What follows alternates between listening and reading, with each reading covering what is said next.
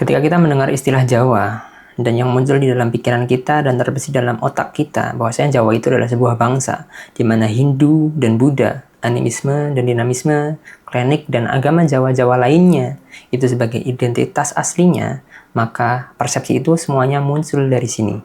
Apa itu dan mengapa demikian? Selamat datang di segmen Teman Tidur.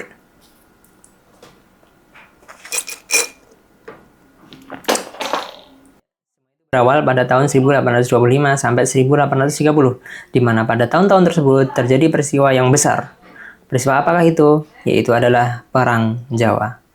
Yang mana pada waktu itu diinisiasi oleh Pangeran Diponegoro yang kemudian mengkonsolidasi, mengumpulkan seluruh kekuatan yang berada di Jawa dan bekas Mataram untuk mengusir penjajahan dari tanah Jawa. Itu disebut sebagai Perang Jawa.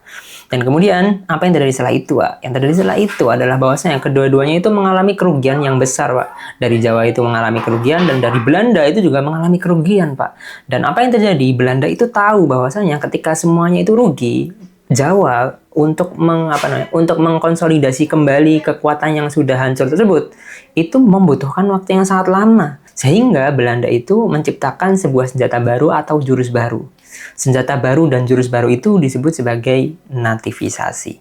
Apa itu nativisasi? Yang kurang lebih adalah bahwasanya usaha untuk memarginalkan identitas warisan daripada musuh penjajah, yang mana kemudian diganti oleh sesuatu yang sesuai dengan kemauan mereka gitu. Jadi dalam hal ini identitas warisan kita sebagai orang Jawa itu apa? Tidak lain dan tidak bukan adalah Islam. Oleh karenanya Islam harus dihapuskan oleh mereka dan dibikinkan program-program yang kemudian menghapuskan keislaman, identitas perlawanan dan identitas pemberontakan terhadap kezaliman. Kenapa harus Islam kan gitu kan ya pertanyaannya. Nah, Dr. Akep Suminto pernah mengutip dari dua tokoh Belanda yang dia mengatakan kurang lebih mengatakan bahwasanya bagaimanapun Islam itu harus kita lawan, Pak. Kenapa demikian? Karena keuntungan Islam di Nusantara ini itu sama dengan kerugian dari pihak Hindia Belanda. Oleh karena itu harus dimusnahkan. Nah, tapi Pak, ketika kita melihat landscape yang lebih luas, ketika kita melihat sejarah dahulu-dahulu kala ya, kita akan menemukan bahwasanya rivalitas antara peradaban Barat yang waktu itu diwakili oleh Kristen dan Romawi dan peradaban Islam itu benar-benar klasik sekali, Pak. Ya benar-benar. Kalau misalnya kita di sepak bola kan mengenal yang namanya El Clasico, ya kan. Selain daripada panas, dia itu juga klasik, udah lama banget gitu. Nah, di peradaban itu juga ada El Clasico, yaitu adalah Islam dan Barat, peradaban Islam dan peradaban Barat. Nah, hal ini pernah disinggung, pernah dibahas oleh Profesor Muhammad Naqib Alatos dalam bukunya Risalah untuk Kaum Muslimin, yang mana beliau mengatakan bahwasanya ada 3 sebab mengapa Barat yang pada waktu itu diwakili oleh Kristen dan sekarang itu diwakili oleh sekularisme itu selalu memposisikan Islam sebagai rivalitas mereka, Pak. Yang pertama adalah sisi batin, yang kedua adalah sisi zahir, dan yang ketiga adalah sisi klaim kebenaran. Kita bahas satu-satu. Dari sisi batin terlebih dahulu. Dari sisi batin bahwasanya kemunculannya Islam itu sekaligus menjadi labrakan paling keras daripada Kristen. Ya kan? Ketika Allah Subhanahu wa taala menurunkan Al-Qur'an, di dalam Al-Qur'an disebutkan bahwasanya orang-orang yang mengatakan bahwasanya Isa itu adalah Tuhan, itu tuh salah, Pak. Itu tuh kafir gitu kan. Benar-benar itu tuh salah, dikritik gitu. Nah, Allah Subhanahu wa taala berfirman, "Laqad kafara alladziina qalu innallaha huwal masiihu ibnu Maryam." Sungguh telah kafir orang yang mengatakan bahwasanya Allah itu adalah Isa bin Maryam. Atau laqad kafara alladziina qalu innallaha tsalitsu tsalatsa. Sesungguhnya telah kafir orang yang mengatakan bahwasanya Allah itu satu daripada 3. Atau bahkan dalam ayat yang semuanya kita hafal nih, Pak. Apa? Lam yalid wa lam yulad. Allah itu tidak beranak dan tidak diberanakan. Itu merupakan labrakan yang keras yang ditujukan kepada agama Kristen.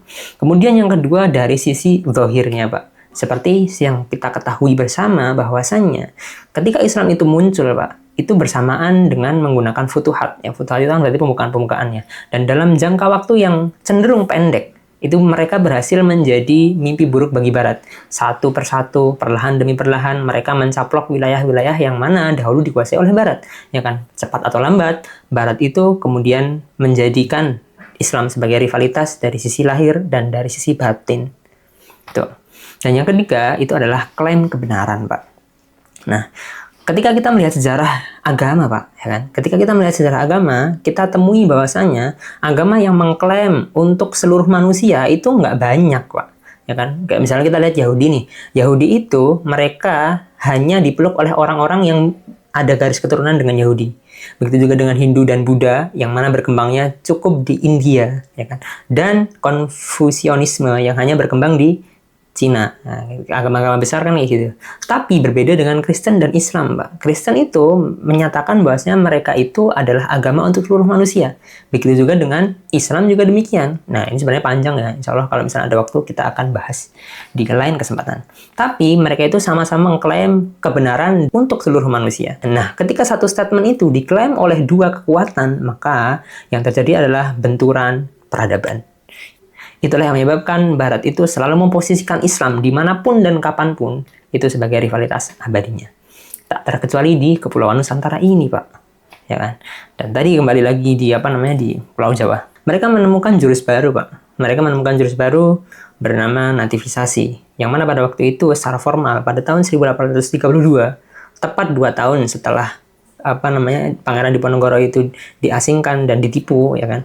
Nah, itu dia menciptakan sebuah institusi di Surakarta yang mana itu adalah institusi kebudayaan. Mereka meneliti Jawa, meneliti bahasanya. Untuk apa? Untuk menativisasi, untuk menjadikan warisan Jawa itu alih-alih Islam tetapi diganti oleh Hindu dan Buddha, Pak. Dan itu benar-benar program yang benar-benar dicanangkan oleh Barat, dicanangkan oleh Belanda pada waktu itu.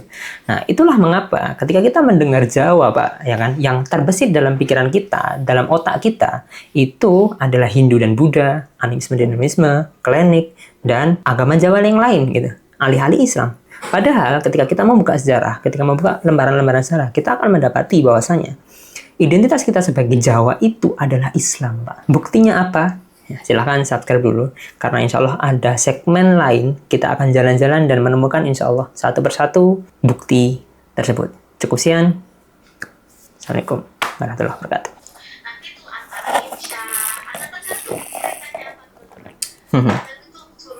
Mengapa demikian? Karena Islam di Kepulauan Nusantara ini, ketika mereka mendapat keuntungan. Nah, Dr. Akip Suminto pernah mengatakan bahwasanya pernah mengutip dari dua tokoh Belanda yang yang mengatakan barangkali kurang lebih Profesor Said Muhammad Naqib Al-Atas nih keren ketika hal ini disampaikan oleh Said Muhammad Naqib Al-Atas atau Profesor Al-Atas ketika dia di dalam bukunya berjudul itu diwakili oleh sekularisme, itu selalu memposisikan Islam sebagai rivalitas mereka, Pak. Yang pertama adalah